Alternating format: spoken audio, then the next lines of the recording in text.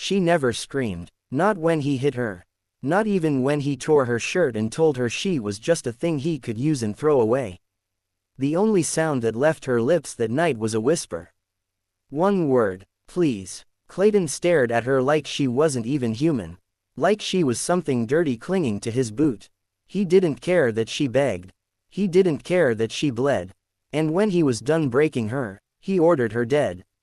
He looked her in the eyes and said the words like it was nothing. Take her out back, tie her up, make sure she don't come back up if she hits water. It wasn't rage, it wasn't passion, it was cold, clean, empty. Ellie was just a housemaid. She swept floors, she folded sheets, she said no once, and that was all it took. Clayton was the sheriff's son, the kind of man no one says no to twice.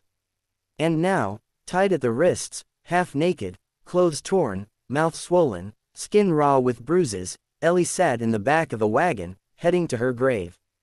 Her hands shook, not from fear, from shame. The man driving the wagon kept glancing at her, Tommy, one of Clayton's boys. But his hands weren't steady either. He didn't speak, not until the wagon stopped on a dirt path beside a quiet stream. He got down, lit a cigarette, and for a minute just stood there. Then he walked around, opened the back, and stared at her. You weren't supposed to look me in the eyes, he muttered. Ellie didn't say a word. She just stared straight through him. You know what they said I got to do. He flicked ash onto the dirt. That if I don't, I'm next. His voice cracked. Something in it broke. You didn't deserve this. Tommy looked up at the sky like maybe it could answer for what men did. Then he cursed under his breath, pulled out a knife, and started cutting the ropes. You walk north. Don't stop. Don't look back. Maybe someone finds you. Maybe not. Ellie didn't move. Her legs barely worked. But her eyes were burning. By the time Tommy climbed back onto the wagon and rode off that she was already crawling through the dry grass somewhere beyond the ridge. A ranch stood, old, quiet, forgotten by time. That's where Jonas lived, a man who had already buried everything he ever loved. At dawn, he stepped outside, coffee in hand, and he saw her. A girl with torn clothes, bare feet, blood on her thighs, bruises on her face, and nothing left to give. But still breathing, he didn't run, didn't shout. He just walked up slow. And when she looked up at him, barely able to hold her head, she whispered the only thing that came to mind. Please don't judge me. Jonas stared at her, not with pity, not with fear, but with something else, something heavy. He reached out his hand. That was the moment everything changed. But what if the man sent to kill you is the only one who ever showed you kindness? Jonas did not ask question. He just lifted Ellie into his arms, carried her past the broken fence, and through the old door of a cabin that had not felt life in years. The place smelled of dust and wood smoke. One bed sat against the wall. The blanket was faded, but still neatly folded. It had belonged to his wife, and Jonas had not touched it since the fever took her. That night, he laid Ellie there. He moved slow, careful, like if he shifted too fast, she might shatter into pieces. She didn't fight him. She didn't cry. She just stared at the ceiling like she was still tied to that wagon. Jonas left water, bread, and a clean cloth. He sat outside on the porch, staring at the dark hills, wondering why his chest felt heavy for the first time in 10 years. By morning, the bread was gone, the bucket half empty, and he noticed the mirror above the wash stand had been covered with a towel. Ellie did not want to see her own face. For days, she stayed quiet. Her eyes followed Jonas when he came in with food, but she never spoke. Sometimes he caught her holding a needle and a scrap of fabric. Not sewing, just holding it. Like the memory of how to stitch was the only part of her she still owned. One evening she finally spoke. Her voice was rough, thin, but steady enough. If I still remember how to sew, she said. Does that mean I'm still a person? Jonas had no answer. He just stood there staring at the floor until she turned away. The truth came out in pieces after that. A name here, a place there. By the third night, Jonas had enough of the puzzle to see the picture. Ellie had been working in the sheriff's house. The man's son, Clayton, had set his eyes on her. When she said no, he turned cruel. When she threatened to speak, he turned deadly. Clayton ordered her to vanish. Jonas felt his stomach twist. The law of the land was the sheriff, and the law was already lost. But something deeper burned in him now, a fire he thought had gone out with his wife. This girl was not his blood, but leaving her to silence meant becoming part of the same cruelty that had already nearly destroyed her that night. As Jonas sat on the porch again, he realized something. This wasn't just about keeping her alive. It was about deciding if he still believed in anything at all. And while Jonas wrestled with his thoughts, Clayton was already asking questions. Word had reached him that a girl matching Ellie's description had been seen near the hills. So what happens when the son of the law discovers the truth he thought he buried is still breathing? Clayton was not a man to let go. When whispers reached him that the girl he left for dead was breathing again, his blood boiled hotter than the Arizona sun. He called for Tommy, the boy who had driven that wagon, the boy he trusted to do the job. When Tommy walked into the saloon, Clayton's fist was waiting. One punch split his lip. The next doubled him over. Clayton grabbed him by the collar, shoved his face against the bar, and hissed, "You think you can make a fool of me?" Tommy tasted blood, then he tasted shame. And he heard the threat clear as day. "You put her down or I put you down." Simple as that. The beating went on until Tommy could barely stand. Clayton left him on the floor, broken in body and spirit, but with one order burned into his skull. Finished the job. That night, Tommy rode out the same hills, the same ranch, but this time the weight was heavier. Not just the gun in his holster, but the choice that came with it. Ellie was sitting on the porch when she saw him. Her face froze, but her eyes told the story. She knew why he had come. Tommy got off the horse, hands shaking. He pulled the gun, but couldn't point it straight. He tried to speak, but his voice cracked. "They said I had to. They said if I don't, I'm done." Ellie stood barefoot, trembling, but tall enough to meet his eyes. "You already had your chance," she whispered. "And you chose to let me live." Tommy dropped to his knees, the gun falling in the dirt, tears cut through the blood and dust on his face. "I can't do it," he said.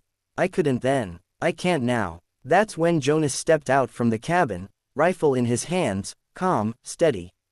His voice cut through the night air like a blade.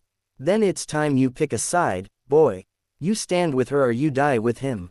The silence was thick enough to choke on. Tommy looked at Ellie, then at Jonas, then at the sky. And for the first time in his life, he chose to stand. From that moment, it was no longer secret. It was a fight waiting to happen. Ellie, Jonas, and Tommy against Clayton, against the law itself, and against the fear that ruled the town. Now, before we ride further, let me ask you something. Do you believe in giving a man like Tommy a second chance? If you want to see how this battle plays out, make sure you hit that subscribe button. It's free. It keeps this fire burning, and it means you won't miss when the truth finally explodes under the hot sun. Because in the next part, they don't just defend a cabin. They drag the devil's son right into the heart of town in front of every eye that ever looked away. Morning came hard and hot. Jonas saddled the mule, checked his rifle, and looked at Tommy. The boy's lip was still split. His eyes swollen from Clayton's beating, but his jaw was set. He had chosen his side. Ellie stood on the porch, her hands shook, but not from fear, from knowing what came next. They were not going to hide anymore. The three of them rode into town together. Not at night, not in secret, but in daylight when every man, woman, and child was out on Main Street. Clayton was laughing with his friends outside the saloon when the sound of hooves cut through the chatter. Heads turned, voices hushed, and then silence. Jonas dismounted first. Tommy followed, dragging a man behind him, Jack. Clayton's other boy beaten and tied, his mouth stuffed with cloth. When Clayton saw Ellie climb down, still bruised but standing tall, the smile drained from his face. Jonas spoke clear and steady, loud enough for the whole street to hear. This girl was left for dead by him. He pointed straight at Clayton. Gasps rolled through the crowd. Ellie's knees trembled, but she stepped forward. She pulled the towel from her arm, showing rope burns cut deep into her skin. She worked in the sheriff's house, Jonas said. She said no once, and this is what it cost her. Clayton barked out a laugh, tried to wave it off, but Tommy cut him short. He threw a folded piece of cloth onto the dirt. It was Ellie's torn dress, stained with blood. I was there, Tommy shouted. I was told to kill her. And I couldn't because I knew the truth. The crowd shifted. Men who had raised glasses with Clayton now took a step back. Women clutched their children tighter. And for the first time, Clayton looked small. The sheriff pushed his way through, face red, eyes darting. Son, he growled. But the people were already murmuring. Monster devil, not fit to wear a badge. No one lifted a gun. They didn't need to. Clayton was already finished. The lawman's son was no law at all. The sheriff's hand shook as he pulled the irons from his belt. He looked at his boy one last time, then snapped the cuffs shut. Clayton cursed, kicked, screamed, but no one listened anymore. The crowd had turned. Yeah. Ellie's eyes filled, not with tears, but with something harder, something stronger. She was no longer the girl tied to a post. She was the woman who stood in the center of town and made the truth louder than fear. But that was not the end. Because when a man like Clayton falls, the dust never settles easy. So what happens when the people who finally find their voice must decide how to live with it? When the sheriff snapped those irons shut, the street and Tombstone changed.